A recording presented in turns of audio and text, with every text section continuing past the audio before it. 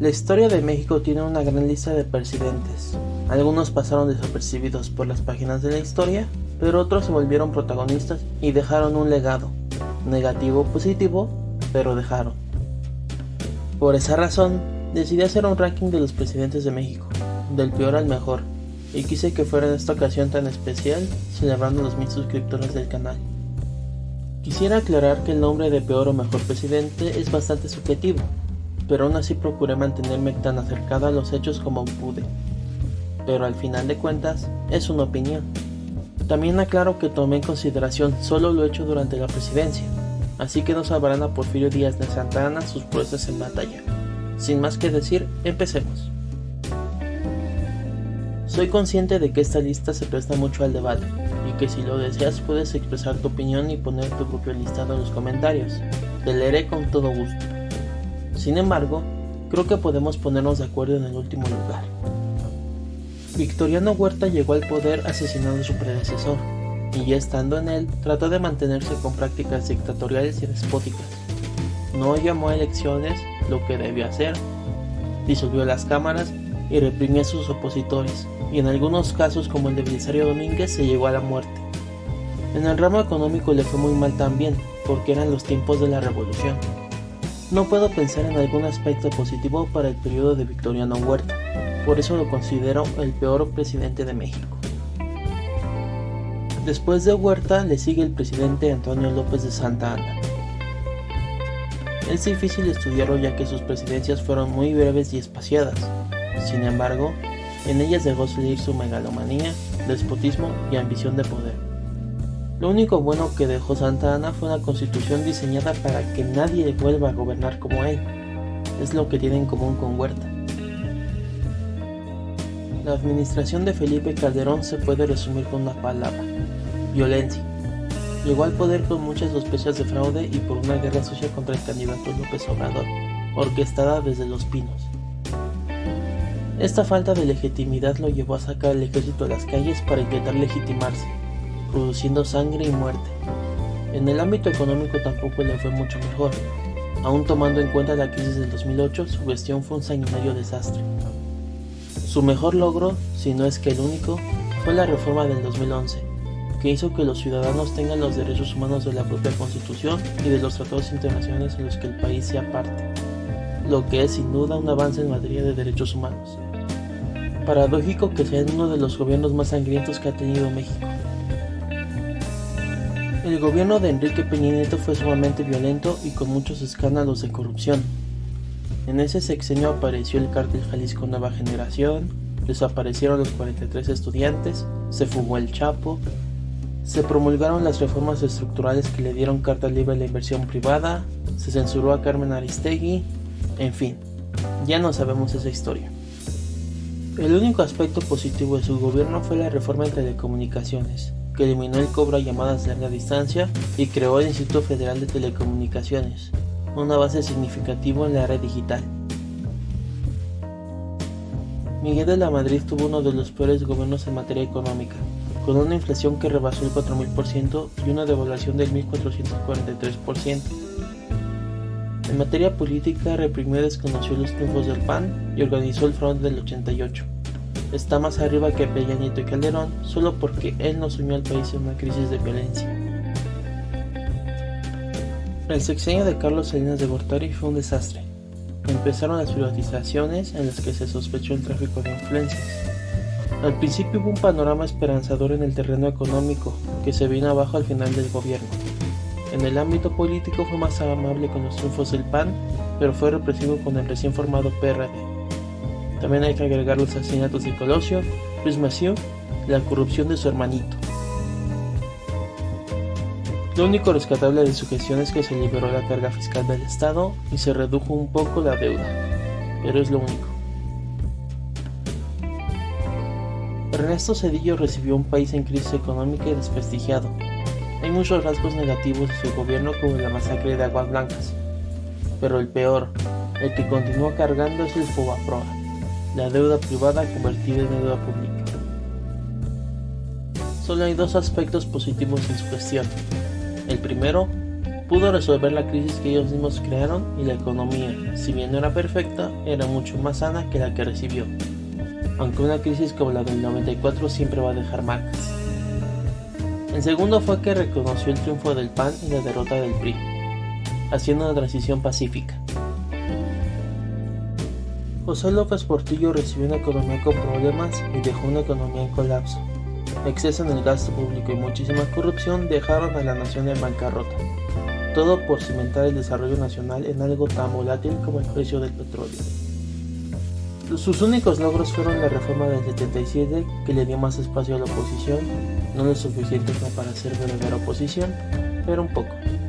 Una campaña de pacificación con las guerrillas y muchas obras de infraestructura. Luis Echeverría fue megalómano y dictatorial. Lo demuestran el golpe Excelsior, el 71, el intento de ser director general de la ONU y la cruenta guerra sucia. También fue un desastre en lo económico. El peso se devaluó y la deuda aumentó. Está más arriba de lo que se espera porque tuvo algunos méritos. Recibió a los refugiados de las dictaduras de América Latina, aumentó el presupuesto para la educación pública, fundó la UAM, la Liconza, la Viconza y los que considero sus mejores aciertos: la Profeco, el Fonacot y el Infonavit.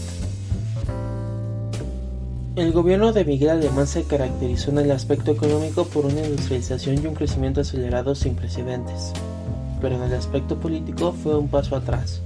Primero, la inmensa corrupción de su gabinete, luego la serie de reformas y cambios que le dieron al PRI el rostro autoritario y corrupto que lo caracterizó por el resto del siglo XX y bueno, también lo que lleva del siglo XXI.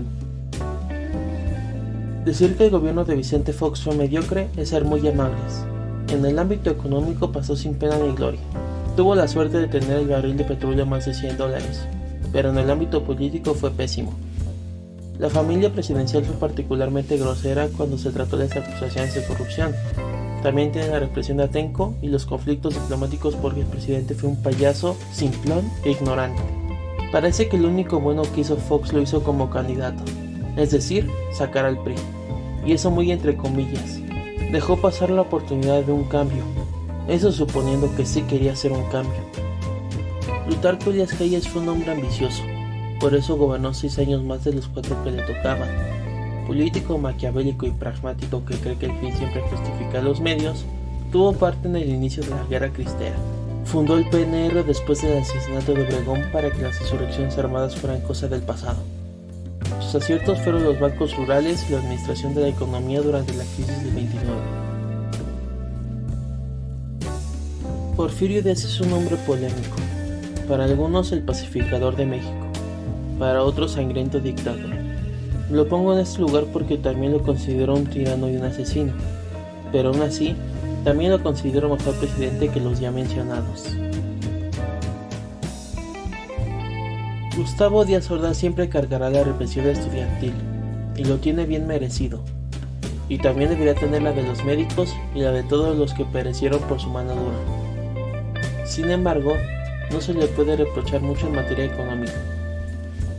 A Díaz Ordaz le ocurre lo mismo que al otro Díaz, ni la represión tan violenta le hace el peor presidente de todos, ni su éxito lo hace el mejor presidente de todos. Por eso está en el medio. Pero eso sí, 2 de octubre no se olvida. Sebastián Lerdo de Tejada sufre por estar en medio de 2 figuras importantes, Porfirio Díaz y Benito Juárez. Por eso solo se menciona cuando es derrocado.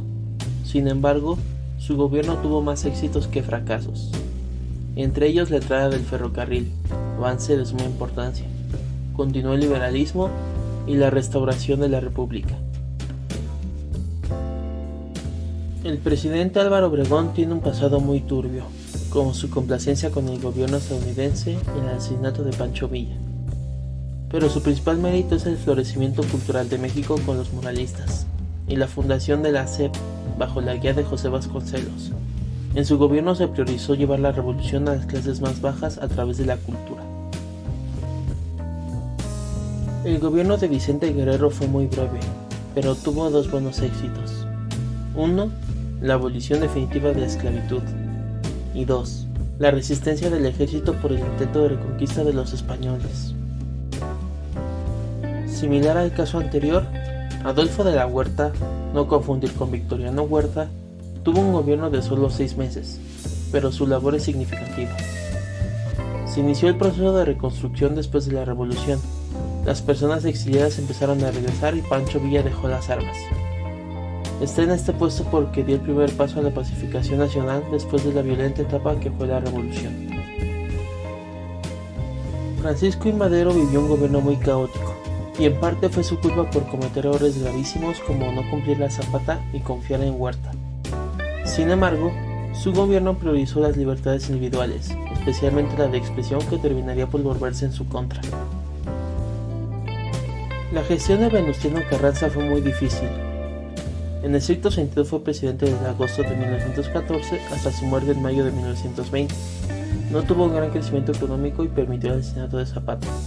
Sin embargo, su mayor logro fue la promulgación de la Constitución de 1917, una carta magna muy avanzada para la época que elevó las consignas de la Revolución al marco jurídico del país. También rescata el municipio libre, olvidado por el porfiriato. Benito Juárez fue presidente de 1857 hasta su muerte de 1872, y en ese periodo tuvo claroscuros. Ciertamente, a Don Benito le gustaba el poder, no lo iba a soltar tan fácil. Ciertamente, Don Benito no tenía la dimensión tan grande del problema indígena como su contraparte austriaca. Eso y más se le puede recriminar. Sin embargo, Benito Juárez está hasta este puesto por su defensa de los principios liberales en la guerra de reforma contra los conservadores, y por la defensa de la patria ante la segunda intervención francesa. Ganar 2 guerras, vencer a los franceses y derrocar a un imperio no es poca cosa. Sí, Juárez fue presidente 15 años seguidos, pero no fueron 15 años de paz, fueron de guerra y crisis. Y por todo eso, Juárez está hasta ese puesto, y en uno más alto en la historia. El presidente Adolfo López Mateos tiene en su haber muchas represiones, como la de los ferrocarrileros o el asesinato del líder agrario Rubén Jaramillo. Pero tiene bastantes méritos. Estableció el desarrollo estabilizador, el Instituto Mexicano de Protección a la Infancia, la Comisión Nacional de Libros de Texto, el ISSSTE y la más importante, la nacionalización de la industria eléctrica. Manuel Ávila Camacho llevó las riendas del país durante la Segunda Guerra Mundial. Mantuvo una neutralidad, pero se inclinó a los aliados hasta que los alemanes unieron 2 barcos petroleros. Se exaltó el nacionalismo, fundó el IMSS, hubo crecimiento económico y mayor paz. Su principal mérito fue la época de oro del cine, lo que le dio a México arte de calidad. No hay que menospreciar el arte sensibiliza, nos hace humanos. Guadalupe Victoria fue el primer presidente de México, y aunque solo se le recuerde por eso, tiene muchos logros. Un decreto que propuso eliminar la esclavitud, fundó el ejército, las fuerzas armadas y la Suprema Corte de Justicia. Guadalupe Victoria tiene el mérito de poner la primera piedra de lo que hoy es México. Por eso lo tengo en alta consideración. Hizo lo más difícil, dar el primer paso. Adolfo Ruiz Cortines fue un hombre muy interesante. Su gobierno no se caracterizó por la corrupción y la represión como el alemán. Mantuvo una política de austeridad, repartió una considerable cantidad de tierras y dio muchos apoyos al campo y los trabajadores. Por eso lo coloco en este puesto, demasiado bueno como para ser priista. El primer lugar es obvio y es de algún modo indiscutible. Nadie se preocupó tanto por México como este hombre, y conforme pasa el tiempo su figura se acrecenta. Mantuvo una diplomacia inteligente en los tiempos anteriores de la Segunda Guerra Mundial, repartió millones de hectáreas para los campesinos, aceptó los refugiados de la Guerra Civil Española y apoyó abiertamente la República. Fundó el IPN, expropió los ferrocarriles y lo que más destacó, expropió el petróleo. Por eso y muchas cosas más, Lázaro Cárdenas es para mí el mejor presidente de México. Aunque, si la intención es demeritar sus logros, no tiene mucha competencia. Muchas gracias por ver el video. Espero que hayas disfrutado de esta edición especial celebrando a los 1000 suscriptores. No agregué al actual presidente, Andrés Manuel López Obrador, ya que considero que es muy pronto para juzgar su administración. Prefiero juzgarlo como presidente hasta que termine, aunque tiene algunos logros en su haber. Pero esto aún no termina. Por último, muchas gracias a ti por verme, por escucharme, por dejar tu opinión, por consumir mi contenido, por suscribirte. Muchas gracias. Los suscriptores son 1000, pero las gracias son infinitas. Un saludo y un abrazo.